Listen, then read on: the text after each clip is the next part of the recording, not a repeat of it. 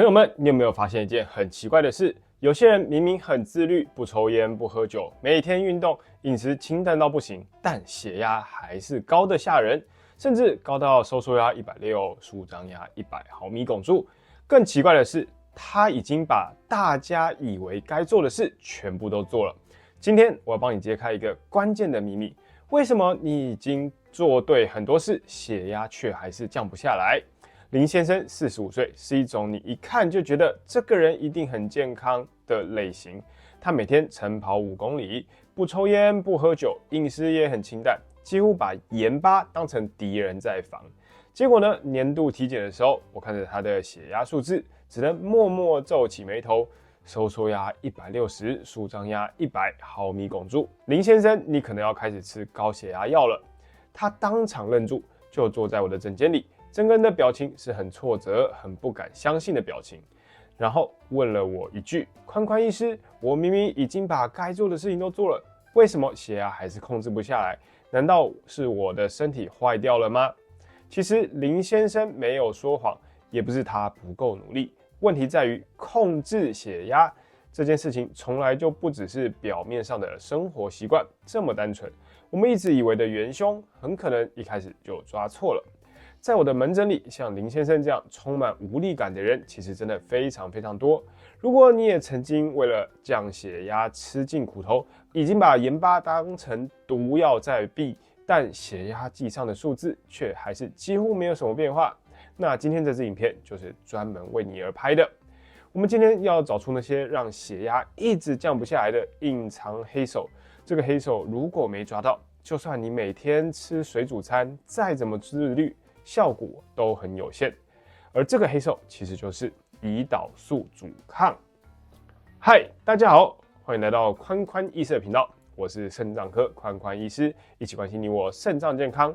我一直强调极简护肾，护肾并不复杂，我们不需要依赖神奇的产品或繁琐的疗法，只要简单的改变一些生活习惯，就能守护肾脏健康。点击说明栏下载护肾手册，用最简单的方法让肾脏更健康。我们从小被教到大，高血压就是吃太咸，所以很多人一确诊高血压，第一件事情就是拼命减钠，盐巴能少就少。但对很多成年人来说，尤其是60岁以上的长辈来说，血压降不下来，问题常常不在盐，而是在于荷尔蒙。而这个关键的荷尔蒙就是胰岛素。你一听到胰岛素，可能会直觉想到糖尿病，对吧？但其实它在血压控制里面根本是隐藏版的大魔王。只要血液中的胰岛素一升高，它就会立刻对身体下达3个指令：第一，命令肾脏把钠紧紧抓住不放；第二，让神经系统维持在紧绷的状态；第三，让血管没有办法好好的放松。甚至在更细微的生理机制上，医学研究也已经证实，胰岛素会直接刺激肾脏小管里的交换机制，强迫身体把钠再吸收回来。我们用一个简单的画面来想象，把血管当成是一条高速公路，血液里的钠就是高速公路上的车子，而你的肾脏就像交流道出口。那胰岛素是什么呢？它其实就是控制出口的红绿灯。当你少吃盐，就像是减少路上的车子，这当然是有帮助的。但问题是，如果你的胰岛素一直很高，就等于这个红绿灯永远是红灯，交流道被强制关闭，钠就会留在身体里面。这时候，就算路上的车子变少了，只要出口不开，还是会塞车。这也就是为什么你已经很努力在减盐了，但血压却还是降不下来的一个原因。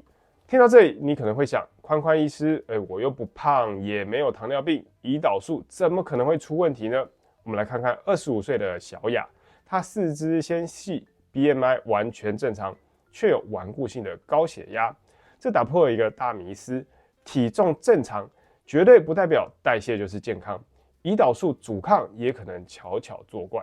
真正的麻烦制造者其实是包覆在肝脏周围的内脏脂肪啊。它们非常活跃，会释放发炎物质来干扰胰岛素的运作。这是怎么来的呢？跟2大现代饮食地雷很有关系。第一是手摇饮里面的高果糖浆，果糖进入人体后会直奔肝脏，非常容易囤积成脂肪肝与内脏脂肪。第二是加工食品里面过多的 Omega-6 脂肪酸，像是大豆油、葵花油，吃多了就会引发全身的发炎，让胰岛素阻抗进一步的恶化。当细胞对胰岛素的反应变迟钝，身体为了让血糖维持正常，胰脏就只好疯狂的加班，分泌出比平常多好几倍的胰岛素。结果就是小亚抽血，看起来血糖完全正常，但血液里其实整天都充满过量的胰岛素。就像我们前面说的，高胰岛素就会逼着肾脏死命抓住钠，让血管变僵硬，无法放松。血压一整天就这样被往上推，那要怎么能够降得下来呢？接下来这个案例真的会打破很多人既有的观念。阿杰是一个很认真的健身爱好者，为了维持代谢，他采用的是少量多餐的策略。早上吃燕麦，10点来一杯健康的果昔，中午吃鸡胸肉沙拉，下午再吃一点坚果，晚上再吃健康餐，睡前再补一杯高蛋白饮。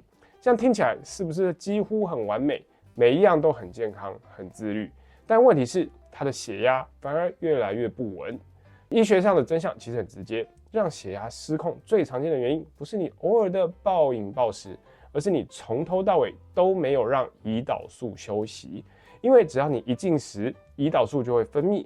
如果你像阿杰这样每2-3个小时就吃一次，身体就会几乎没有进入真正的低胰岛素状态，一直处于高胰岛素的状态。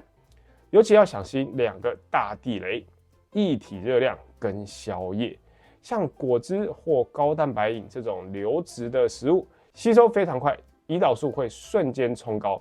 而睡前进食更关键，会让你的胰岛素整个晚上都维持在高峰。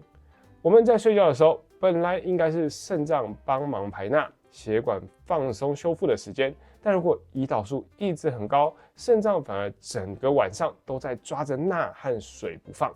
这也就是为什么很多人明明有睡觉，晚上也睡得不错，但早上一起床量血压，反而是一天中最高血压的时候。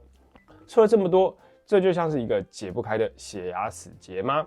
其实并不是，在我的理念里，医疗应该要尽可能的极简，我们不需要过度依赖药物或恐吓自己。有一个非常振奋人心的观察性研究，在2013年，英国一家初级保健的门诊，医师对19位患有胰岛素阻抗问题的病患进行了一个小型的观察研究，让他们尝试低碳饮食。8个月后，不仅血糖明显改善，血压也出现明显的变化，收缩压平均下降约15毫米汞柱，舒张压也大幅度的下降。所以要解决这个问题，你不必采取极端的饮食，也不需要饿个3天3夜，你只需要做一件事情，给身体一段胰岛素下降的休息时间。具体我们该怎么做呢？我给大家3个简单明天就能开始的建议。第一，戒掉正餐之间的零食，我们应该停止全天候零星的进食。第二，提早吃完晚餐，坚决对宵夜说不。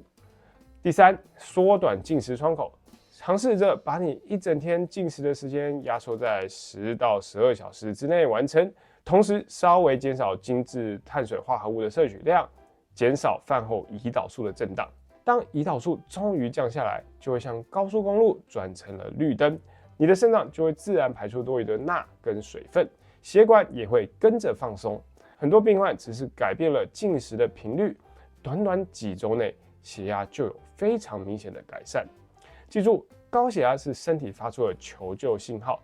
搞懂胰岛素阻抗，你不只能降血压，更能从根本保护你的心、血管和肾脏。